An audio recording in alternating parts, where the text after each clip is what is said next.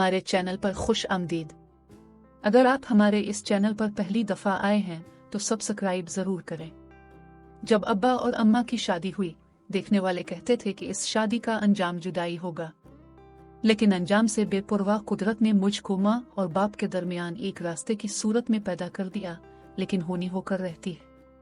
मैं सिर्फ 3 माह की थी कि अम्मा और अब्बा में तलाक हो गई। अब मैं कभी माँ की मोहब्बत भरी गोद को तरसती, कभी बाप के प्यार भरे बोलों को तड़पती। पहले बाप ने मुझे माँ से छीना, फिर हालात ने माँ को मुझसे छीन लिया। कुछ ही अरसा बाद मामू की काविशों से माँ का घर तो आबाद हो गया, मगर मेरी दुनिया अंधेर हो गई। जब दिल में माँ से मिलने, इनके आंचल में जिंदगी बसर करने की उम्मीद का दिया बुझ गया। जब दूसरे बच्चों को माँ से लिपटते देखती, दिल में एक हुक सी उठती। अब्बा जल्द ही मेरी जिम्मेदारी से घबरा गए। तभी नानी अम्मा की ख्वाहिश पर मैं बाप के घर से नानी के यहाँ मुंतकिल हो गई। माँ से जुदाई का दर्द तो सहा था, बाप से जुदाई का दुख भी सह लिया। वालिद ने नानी से अहद किया कि अपनी बच्ची का खर्चा मैं आपको दिया करूंगा। एक अहद करें कि इसको सौतेले बाप के हवाले ना करेंगी और ना ये माँ से मिलने इस घर जाएगी। मैं नहीं चाहता कि ये एक गैर शख्स के टुकड़ों पर पले और मेरे होते हुए सौतेले बाप को अब्बा कहकर पुकारे। ये मेरी गैरत को गवारा ना होगा। नानी अम्मा ने अहद कर लिया कि मुझको मेरी माँ के हवाले ना करेंगी और ना उनको मुझे ले जाने देंगी। इनके इत्मीनान दिलाने से मेरे वालिद मुतमईन हो गए। वालिदा कभी कभार मिलने को नानी अम्मा के घर आया करती थी। जब इनको पता चला कि मैं उनकी माँ के आंचल के साए में आ गई हूँ तो वो खुश हो गई, बोली, हमेशा की जुदाई से कभी कभार की मुलाकात फिर गनीमत है, बेटी की सूरत तो देख लिया करूंगी। अब वो आती तो मुझे गोद में भर लेती और मैं भी उनके गिर्द बाहें डाल देती थी, लेकिन ये कभी कभार की मुलाकात प्यार की प्यास को और भड़का गया। अब माँ जब मैं के आती, मैं दौड़कर उनके साथ चिमट जाती। वो रोने लग जाती, तभी मैं भी उनसे लिपटकर खूब आंसू बहाती। वो नानी अम्मा से कहती, मेरी बेटी मुझे दे दो। नानी उज़्र करती कि इसका बाप मेरे हवाले इस वादे पर कर गया है कि मैं उसको तुम्हारे हवाले ना करूंगी और ना सौतेले बाप के घर भेजूंगी। अब तुम मुझको अहद शिकनी पर मजबूर ना करो और इस बुढ़ापे में झूठा ना बनाओ। ये एक कुदरती अमर है कि जब अम्मा आकर रोती, मेरा दिल भी उनकी तरफ खींचने लगता और मैं उनसे लिपट जाती। तब उनसे जुदाई मौत जैसी तकलीफ दे लगने लगती। यही चाह होती कि माँ के साथ उनके घर चली जाऊं, मगर बूढ़ी नानी की आंखों से बहते आंसू की लड़ियां मेरे पैरों की जंजीर बन जाती। कभी कभार सौतेले वालिद भी माँ के साथ आते थे और हम माँ बेटी का उदास मिलाप देखकर रंजीदा हो जाते थे। आखिरकार ये आए दिन का रोना रंग ले आया। एक रोज नानी अम्मा की तबीयत अचानक खराब हो गई। घर में खाला और मैं थे।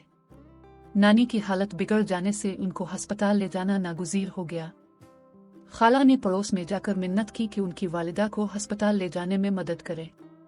पड़ोसी नानी को अस्पताल ले गए। मैं और खाला घर पर थे। खाला ने अम्मा को फोन करके सूरत हाल बताई। वो फौरन अपने शौहर के साथ आई और खाला को लेकर अस्पताल चली गई। मैं घर में अकेली थी कि शाम में दरवाजे पर दस्तक हुई। पूछा, कौन है? जवाब मिला, बेटी, मैं तुम्हारा बाबा हूँ। तुम्हारी नानी माँ के लिए घर से कुछ अशिया अस्पताल ले जानी है। मैंने आवाज पहचान कर दरवाजा खोल दिया। उन्होंने कुछ मतलूबा अशिया घर से ली और कहा, तुम्हारी नानी और खाला रात को अस्पताल में ही रहेंगी, तो क्या तुम घर पर अकेली रहोगी?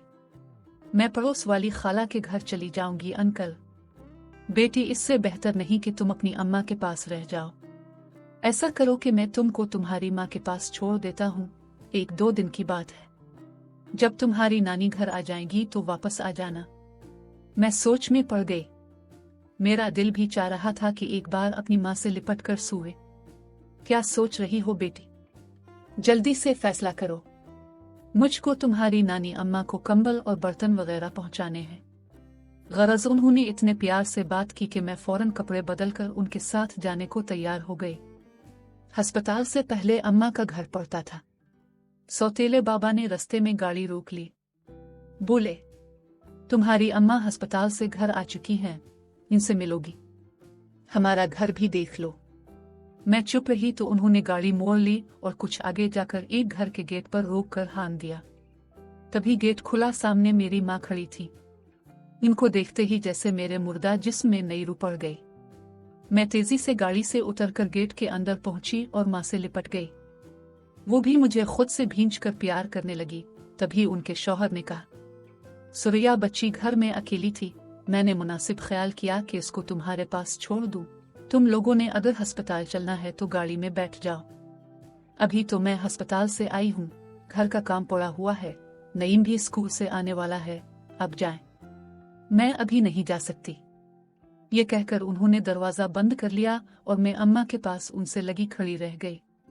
मैं माँ के पास पहुंचकर खुश हो गई। नानी की तमाम फिक्र भूल गई। नानी से भी प्यार था, लेकिन माँ आखिर माँ थी। माँ की तो बात ही सबसे अलग थी। सौतेला बाप भी ऐसा बुरा ना लगा। मोहब्बत से बुलाता था और नरमी से पुकारता था। हर फरमाइश पूरी करता, किसी शय की कमी ना होने देता। यहाँ आकर रूह के काफी कर्ब दूर हो गए थे। मेरे सगे वालिद 2-3 माह बाद कहीं चक्कर लगाते। दूसरी शादी के बाद उनकी मेरी तरफ तवज्जो कम हुई तो नानी अम्मा के घर भी आमदोरफ्त घटती गई। नानी ने भी जानबूझकर उनको अपनी बीमारी की इत्तला न दी थी कि मेरे सगे और सौतेले वालिद में अस्पताल में टकराव ना हो। इस वक्त तो अंकल आरिफ और अम्मा ही नानी का इलाज मुआलजा करवा रहे थे। सगी माँ के घर आकर वो खला भी भर गया जो वालिदैन की अलहदगी के बाद से मेरे अंदर बढ़ता रहता था। यहाँ मैं ज़हनी तौर पर खासी आसूदा हो गई थी। जब वालिद साहब को पता चला कि मैं माँ के पास चली गई हूँ, उन्होंने नानी से बहुत झगड़ा किया। नानी अम्मा ने उनको समझाया कि मुझको दिल का दौरा पड़ चुका है, मरते मरते बच्ची हूँ, लड़की को घर में अकेला कैसे छोड़ देती। वो सगी माँ के पास है तो महफूज हाथों में है। बेटी अरीबा की मंगनी कर दी है, इसकी शादी हो जाएगी। मैं भी ना रही तो साहिबा का क्या बनेगा। मैं अपनी बच्ची को ले जावेगा, अपने पास रखूंगा। मेरे होते ये सौतेले बाप के घर क्यों रहे। ठीक है तो ले जाओ, तुमको किसने रोका है। मैं कल ही साहिबा को बलवा कर तुम्हारे हवाले किए देती हूँ। नानी ने वालिद साहब से कहा तो उनका गुस्सा ठंडा हुआ। अगले रोज उन्होंने मुझे वालिदा से पैगाम भेजकर बुलवा लिया। अम्मा को इल्म न था कि क्यों बुलवाया है। वो जब मुझे लेकर नानी के घर पहुंची, थोड़ी देर बाद मेरे सगे वालिद आ गए। वो मुझे लेने आए थे। उनको देखकर मैं खौफजदा हो गई कि ये लेने आए हैं और रुकर मिन्नत करने लगी कि मुझको यही रहने दीजिए, मैं आपके साथ नहीं जाऊंगी। माँ तो दूसरे कमरे में जा बैठी थी, वो भी रो रही थी, लेकिन अब्बा को किसी के रोने धोने पर तरस ना आया और वो मुझे जबरदस्ती अपने साथ घर ले आए। उन्होंने अपनी जिद पूरी कर ली, मगर उनकी बीवी ने मुझे देखकर तेवरी चढ़ा ली। बोली, ये वहां ठीक रह रही थी, क्यों ले आए हो। मेरी बेटी है, हकदार है, यहाँ रहने की तभी ले आया हूँ, तुमको क्या तकलीफ है। वालिद ने सख्ती से कहा तो बीवी खामोश हो गई, मगर उसका सुलूक मेरे साथ अच्छा ना था। 2 माह में ही मैं सूख कर कांटा हो गई। अगरचे वालिद ख्याल करते थे, किसी शय की कमी ना होने देते थे, तवज्जो रखते थे और यही बातें सौतेली को बुरी लगती थी। 2 साल में अपने हकीकी वालिद के घर रही। इस दौरान सौतेली माँ ने एक पल भी मुझको सुकून का सांस ना लेने दिया। स्कूल दाखिल ना कराया, घर का सारा काम मेरे कंधों पर लाद दिया, अपने 3 बच्चों की आया बना दिया। वालिद ने यहाँ तक भी बर्दाश्त कर लिया, लेकिन एक दिन जब वो अचानक घर आए, मेरे बाजुए पर नील और सर पर चोट के निशान देखकर घबरा गए। अपने कमरे में ले गए और कहा, बेटी डरो नहीं, आज सब कुछ बता दो कि यह औरत तुम्हारे साथ क्या सलूक करती है। मैंने रोकर बताया कि मारती हैं और बहुत जलील करती हैं, खाना भी बासी देती हैं, जिससे मेरा पेट खराब रहता है। अब वालिद को एहसास हुआ कि उन्होंने मुझे घर लाकर गलती की है। मैं नानी अम्मा के पास ही ठीक थी। बेशक वो कमजोर और बीमार थी, मगर खाला अरीबा मुझसे बहुत प्यार करती थी, हर तरह से ख्याल रखती थी। कहने लगी, तैयार हो जाओ, मैं तुमको तुम्हारी नानी माँ के घर छोड़कर आता हूँ। इस औरत से तो मैं आकर निपटूंगा। यूं उन्होंने मुझे फिर से नानी माँ के घर पहुंचा दिया, मगर जता दिया कि ये आपके घर रहेगी। बेशक इसकी माँ यहाँ आकर साहिबा से मिल जाया करे, मगर इसको सौतेले बाप के घर ना भेजना। नानी बोली, ठीक है, लेकिन देखो तो मेरी बच्ची की क्या हालत तुम लोगों ने कर दी है। नानी के पास आकर मैंने सुकून का सांस लिया। अगरचे वो ज्यादा चलती ना थी, मगर खाला तो थी, मैं उनके साथ बहुत खुश रहती थी। यहाँ आकर मैंने फिर से दाखिला ले लिया और स्कूल जाने लगी। एक दिन अम्मा आए और मुझसे लिपट कर बहुत रोए। बोली, बेटी तेरी खाला की शादी होने वाली है और नानी बीमार है। अरीबा की शादी के बाद में अम्मा को यहाँ अकेला तो ना छोड़ूंगी, अपने साथ घर ले जाऊंगी। तुमको मेरे घर रहना होगा।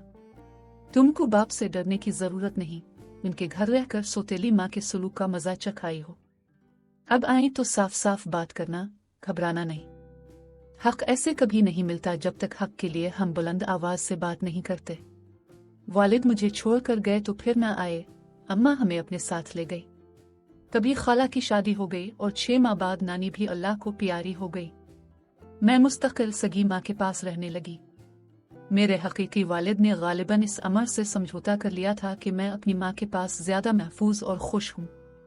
यूं ही वक्त गुजर गया। 9 साल सौतेले बाप के घर रही। उन्होंने मुझको सगे बाप जैसी मोहब्बत दी और कभी इस प्यार में कमी ना आने दी। जब मैं 16 बरस की हो गई तो माँ का घर भी मेरे लिए गैर महफूज हो गया कि मेरे सौतेले बाप यानी अंकल आरिफ का बेटा जो अपने मामू मुमानी के घर रहता था, मामू के इंतकाल के बाद अपने बाप के घर आ गया। बल्कि यूं कहना चाहिए कि अंकल आरिफ खुद इसको घर ले आए। ये लड़का जिसका नाम कामरान था कुछ अजीब सा था। ना तो ये ज़हनी तौर पर पूरी तरह सही था और ना पूरी तरह पागल था। इसकी उम्र 31 के लगभग होगी, लेकिन बहुत ज्यादा खाने की वजह से जिस्म फरबा और उम्र ज्यादा लगती थी। वो अक्सर खामोश रहता था, सारा दिन अपने कमरे में बंद रहता और इंडोर गेम अकेले ही खेलता रहता। मसलन कैरम, ताश, शतरंज गरज सभी खेल अकेले खेलता। इसका काम टीवी देखना और खाना था। जब वो किसी से गरज ना रखता तो कोई भी इससे गरज ना रखता। अम्मा के 3 बच्चे और मैं हम सब आपस में खेलते हंसते बोलते, लेकिन वो सबसे अलग थलग किसी से घुलता मिलता ना था। कुछ दिन हालात मामूल के मुताबिक रहे। अम्मा कामरान का बहुत ख्याल भी रखती थी कि ये नॉर्मल इंसानों जैसा नहीं है। इस पर खुसूसी तवज्जो देती, खाने पीने का भी ख्याल रखती, कपड़े वगैरह उजले और इस्त्री करके इसकी अलमारियों में लगा देती और कामरान के सारे काम अपने हाथों से सरंजाम देती कि यही अंकल आरिफ की हिदायत थी। कोई नहीं कह सकता था कि अम्मा इस लड़के की सौतेली माँ है। कुछ दिनों से मैं कामरान में तब्दीली महसूस कर रही थी। वो मुझसे करीब होने की कोशिश करता, मुझे आवाज देकर बुलाता और मेरे साथ कैरम खेलने पर इसरार करता। मैं इसका कहना मान लेती कि बेचारा अकेलापन महसूस करता है और उसका कोई दोस्त नहीं, तो शायद तन्हाई ने इसको ऐसा कर दिया है। खुदा जाने मामू और मुमानी ने इसके साथ कैसा सलूक किया था कि वो ऐसा हो गया, वरना देखने में तो भला लगता है, किसी को गाली देता है और ना जरर पहुंचाता है। जितना खाने को 2 खाता ही जाता है, इसके सिवा इसमें कोई दूसरी बुरी आदत भी ना थी। कुछ दिनों से वो मुझसे उनसियत महसूस करने लगा था। मैं नजर ना आती तो उसकी निगाहें मुझे ढूंढने लगती। थोड़ी थोड़ी देर बाद मेरा नाम लेकर पुकारने लगता। हर कोई इसके इस रवैये को नजरअंदाज कर देता कि सभी के ख्याल में वो एक नॉर्मल इंसान जैसा था नहीं। रफ्ता रफ्ता इसकी मेरी जानिब वारफ्तगी बढ़ने लगी, तभी मेरी वहशत बढ़ने लगी। अब इसकी नजरों में वो सादा और बेलोस एहसास न रहा, बल्कि किसी दूसरी सोच में गर्क रहने लगा। अब मुझको इसकी तरफ देखते हुए खौफ महसूस होता। कभी कभी तो इसके चेहरे के बदलते हुए तासुरात से झुरझुरी आ जाती। वो घर जो पहले मेरे लिए चमन जैसा था, अब मुझे एक अंधेरा और सुनसान जंगल लगने लगा था। हर लहजा डरी डरी रहने लगी, जाने अब क्या हो जाए। क्या खबर मुझ पर छत गिर पड़े कि जमीन ज़लज़ले से अचानक शक हो जाए। हर सांस खौफ की एक लहर बनकर मेरे सरापे में उतरती थी और यकीन की दीवारों में दरारें डालती जाती थी। इस रोज माँ घर पर न थी, किसी काम से पड़ोस में गई हुई थी। मैं घर में अकेली थी कि कामरान जो अपने कमरे में सो रहा था, अचानक दरवाजा खोलकर बाहर निकल आया। मुझे तन्हा देखकर उसकी आंखों में एक वहशियाना चमक जागी, जैसे मासूम और बेबस हिरन को देखकर चीते की आंखों में शिकार करने की ख्वाहिश एक झपट बनकर लपकने लगती है। मैंने कामरान की जानिब देखा तो मेरे मुंह से बेइख्तियार चीख निकल गई। जहां खड़ी थी वहीं मेरा वजूद ठिठर कर रह गया, खौफ से कांपने लगी। सोच रही थी कि आज मैं ना बच सकूंगी। शायद ये मुझको कत्ल करने के इरादे से आगे बढ़ता आ रहा है। आखिर वो बुरी घड़ी आ गई। वो एक खूनख्वार चीते की तरह मेरी तरफ बढ़ा ही था कि कुदरत को मुझ पर तरस आ गया। इस वक्त जब यह ताकतवर अधूरे जहन का इंसान मेरी मासूमियत को जख्मी करने वाला था, गेट के लॉक में किसी ने बाहर से चाबी घुमाए। ये वालिदा थी, क्योंकि चाबी उन्हीं के पास होती थी। वो जब बाहर जाती वापसी में बाहर से गेट को चाबी से खोलकर अंदर आ जाती थी। सच कहूं कि माँ के आने से एक क़यामत मुझ पर टूटने से रह गई। शुक्र किया कि बचाव हो गया। क्या जानती थी कि यह बचाव तो तबाही का पेश खैमा है, असल क़यामत तो आगे मुंतज़िर है। इसके बाद तो दिन और रात किसी भी वक्त एक लम्हे भी मुझको सुकून नसीब ना हुआ। हर पिल में एक नए खौफ की मूसलाधार बारिश में भीगती और कांपती रही।